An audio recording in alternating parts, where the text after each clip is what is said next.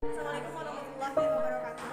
Anak-anak, hari ini kami akan mendemonstrasikan kegiatan roleplay yang akan dilakukan pada hari Senin. Nah, sebagai informasi, kegiatan roleplay nanti hari Senin akan dinilai oleh beberapa mapel, yaitu mapel konter, bahasa Indonesia, bahasa Inggris, Basun, PKBP, PKN, Sindik, dan SPK. Di sini kami akan menjelaskan bagaimana tahapan-tahapan yang harus nanti kalian lakukan pada hari Senin, mulai dari prainteraksi sampai selesai.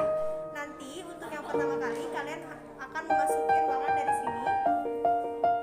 Lalu setelah kalian masuk dari absensi nanti pertama, ketika kalian sudah mengisi presensi kehadiran, maka yang akan kalian lakukan adalah tahap prainteraksi seperti yang akan didemonstrasikan oleh Bu Susi. Ya, Assalamualaikum warahmatullahi wabarakatuh. Saya akan mencontohkan tahap prainteraksi. Tahap prainteraksi ini boleh kalian baca menggunakan bahasa Indonesia yang baik dan benar ya. Oke, tahap prainteraksi yang pertama adalah membaca catatan medis pasien. Yang pertama, nama ini disesuaikan dengan yang sudah Ibu pasangkan. Kemudian umurnya juga sama disesuaikan. Kemudian alamatnya juga disesuaikan. Keluhan, badan pasien mengalami gatal-gatal sehingga dokter akan meresepkan sabun cair sehingga perlu dilakukan tindakan personal hygiene atau memandikan. Selanjutnya, kalian harus menyebutkan alat-alat yang akan dicontohkan. Assalamualaikum warahmatullahi wabarakatuh. Anak-anak, untuk nanti role play bahasa Inggris di tesnya menyebutkan alat yang akan digunakan untuk nanti praktek. Semuanya disebutkan satu persatu dengan fungsinya. Itu saja. Terima kasih. Contohnya, nanti ketika praktek, anak-anak tunjukkan bendanya. For example, this is a powder. It has a function for bla bla bla. Nanti sebutkan ya. Nanti saya akan jelaskan, kemudian beri contohnya anak-anak. Jadi nanti tinggal menghafalkan saja. Teh mangrupikeun tahap di mana hidup lebet ka ruangan nanging cacatana hidup kedah ngucapkeun salam teras perkenalan naroskeun pasien nah leres ieu pasien anu ku urang di tujuan hidup Dukti ieu leres sareng Ibu Enya. Kawitna ti Bojong Sumedang. Nepangkeun Ibu nami Abi Teti, Abi asisten perawat anu dinten ayeuna jagi. Nah, sauna Ibu teh ararateul nya Ibu. Muhun, Ibu abis ararate terus di lebet ka dieu tinggal kita lebet ka rumah sakit acan iba. Oh, cobi ningali sapertos benadeuna. Itu bareureum Ibu teh. Itu abi teh ningal terus instruksi dokter sauna teh aya obat sabun nah kanggo landong ateulna kumargi kitu ibu teh kedah dielap gitu diseka gitu diibakan gitunya ibunya Nah, abi kedah ka kamar mandi.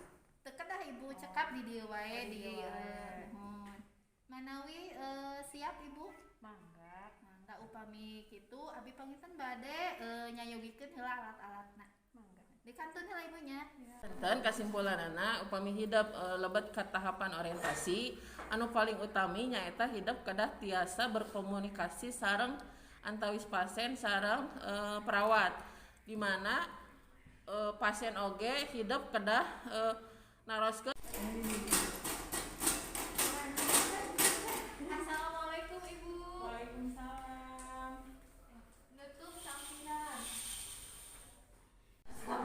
Assalamualaikum Ibu. Waalaikumsalam. Ya, seperti yang sudah direncanakan bahwasanya hari ini Ibu akan dilakukan dimandikan ya Bu. Nah ini alat-alatnya sudah saya bawa.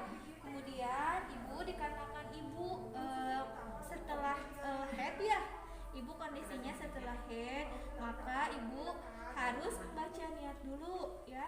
Jadi sebelum mandi, Ibu sudah tahu niatnya? Belum, Bu. Oh belum. Jadi kalau belum tahu, saya bimbing ya Bu. Ya Bismillahirrahmanirrahim. Ya nawaitul busla, Nawaitul busla. mirofil hadasi, Mirofil hadasi. akbari minal haidi, Akbari minal haidi. fardu lillahi ta'ala. Fardu lillahi ta'ala. Ya Ibu seperti itu niatnya ya. Terima kasih. Anak-anak, setelah setelah kalian tadi mengajarkan pasien untuk membacakan doa sebelum dimandikan, tahap selanjutnya adalah kalian melaksanakan prosedur kerja untuk prosedur memandikan. Seperti yang sudah Ibu ajarkan, di mana memandikan itu dimulai dari wajah, kemudian lengan terjauh, kemudian lengan terdekat, kemudian dada dan perut. Selanjutnya pasien menghadap ke salah satu arah perawat, kemudian memandikan punggung. Selanjutnya setelah itu pakaian pasien dipakaikan, kemudian pakaian bagian bawah dilepas, kemudian untuk memandikan bagian bawah mulai dari kaki terjauh, mulai dari pergelangan kaki sampai ke pangkal paha, kemudian kaki terdekat. Setelah itu memakaikan kembali pakaian yang bersih. Setelah selesai ada tahap yang terakhir yang namanya adalah tahap terminasi. Di mana tahap terminasi ini kalian bertanya kembali kepada pasien, yaitu di tahap evaluasi hasil tindakan. Kalian menanyakan bagaimana perasaan pasien setelah dilakukan prosedur memandikan. Tanyakan keluhannya, apakah ada yang terasa sakit pada saat prosedur dimandikan atau atau pasien merasa lebih nyaman dan bagaimana. Nah, setelah selesai tindakan, kalian langsung berpamitan kepada pasien bahwa tindakan sudah dilakukan. Kemudian jangan lupa kalian membuka sampiran. Selanjutnya kalian merapikan alat-alat dan menyimpan kembali alat-alat ke tempat semula. Setelah alat-alat ini tersimpan ke tempat semula, kalian lanjut ke ruangan selanjutnya, yaitu di sana ada mata pelajaran SIMDIK dan mata pelajaran komputer untuk menyelesaikan input data pasien dan menyelesaikan dokumentasi keperawatan. Nah, sebelum itu di sini kalian boleh mendengarkan penjelasan dari bahasa Indonesia yang nanti akan menilai kalian di tahap kerja. Untuk penilaian PPKM khususnya untuk role play ini akan dinilai khusus mengenai sikap kalian selama role play itu berlangsung. Bagaimana kewajiban kalian dalam merawat pasien, melayani pasien, kemudian kepedulian kalian terhadap pasien dan keluarga pasien. Kemudian kalian juga harus menanamkan kesadaran kalian terhadap pasien dan keluarganya, dan juga penampilan kalian tidak boleh kaku alias harus percaya diri. Pada nanti ketika kalian ada di tahap kerja, jangan lupa kalian menggunakan bahasa Indonesia yang baik dan benar. Ini berlaku untuk pasien ataupun perawat. Jadi harus ada komunikasi dua arah antara pasien dan perawat.